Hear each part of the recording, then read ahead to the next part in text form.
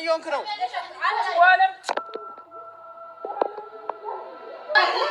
እየሰማህ ነው? ምን እያደረግህ ነው?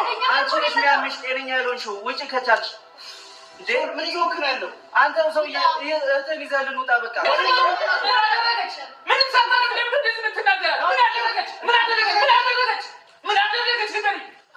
ጨቅጫቃ ሴት ነሽ። ሁሌ ትጨቃጨቅ ነው። አስተውል። በኋላ እንዳይቆጭ የምታረገው ነገር አስተውል።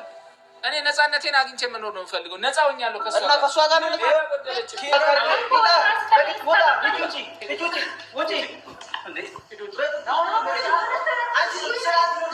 ልጅ አባራት ከህይወትህ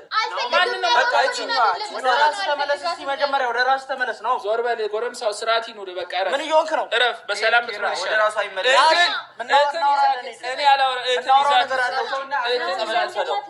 ነገር ልንገርህ ሰላማችን መልሰን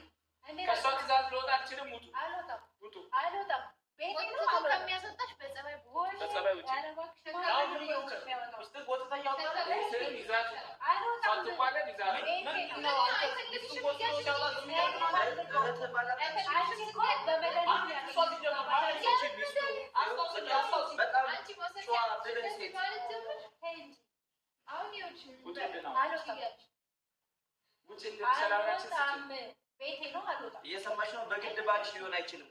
አይፈልግሽም አይደለ? ወጪ ቤቴ ነው። በቃ አታስፈልግም ተባላችሁ እኮ። በቃ እንደፈለገ እሷ እንደዚህ እንደ ንግስት መኖር ትችላለች። እሱ ደግሞ በግድ ባልሽ ሊሆን አይችልም። ስለዚህ ቤቴ ደግሞ የራሴ ቤት ነው። የእሱ ቤት ነው። በቃ ቤት ነው አለ። ውጡ አለ እኮ። ምን አይነት ታያቸው። በግድ ተቀመጣለሁ ማለት እኮ አይቻልም። ተቀመጣለሁ እወጣለሁ። ቤታችን ሰይጣን ይሰመጣ። እንዴት ነው ውጡ እያልከኝ? ሰይጣን እናንተ ናችሁ። ወደ ሰይጣንነት ተቀይራችኋል። ልንገርህ ካለ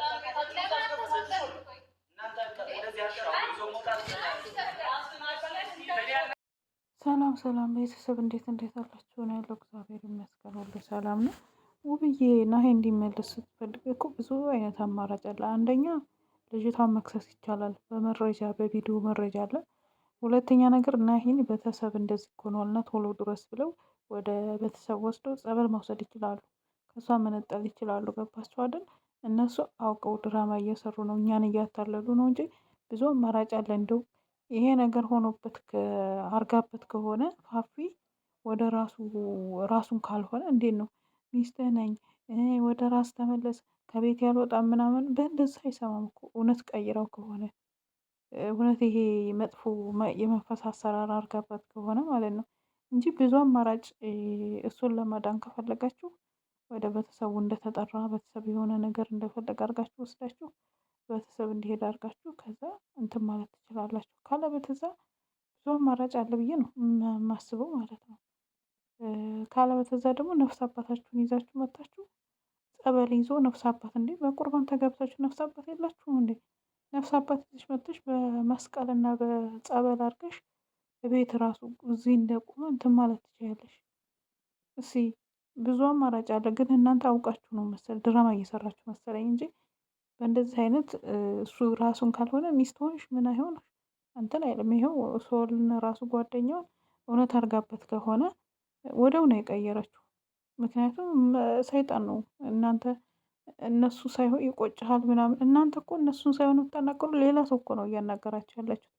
እውነት የመንፈስ ነገር አርጋባቸው ከሆነ ናሂንና ሰለሞንን ሳይሆን እያናገራችሁ ያላችሁ ሌላ ሰው ነው፣ ሌላ ሰው ጋር እያወራችሁ ነው።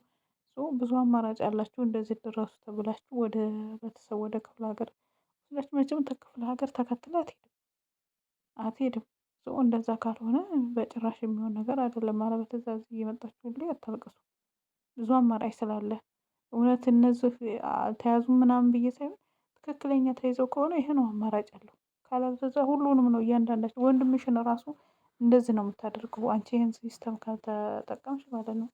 እና ወደ ቤተሰቦች ሸር ሰብስክራይብ አድርጉ እንዲደርሳቸው ማለት ነው። እና ውብዬ ማየት ያለባት በቃ ቤተሰብ የሆነ ነገር ሆኗል ብላ በየሱ ቤተሰቡ ያስጠርታ ጸበል ማስገባት አለ። ቤተሰብ መቼም ልጁ ጎዳና ነው የሚወጣው በእንደዚህ ከቀጠለ። ወይ እናንተ ድራማ ነው በሉ። ድራማ እንደሆነ እንወቅ እንዴ!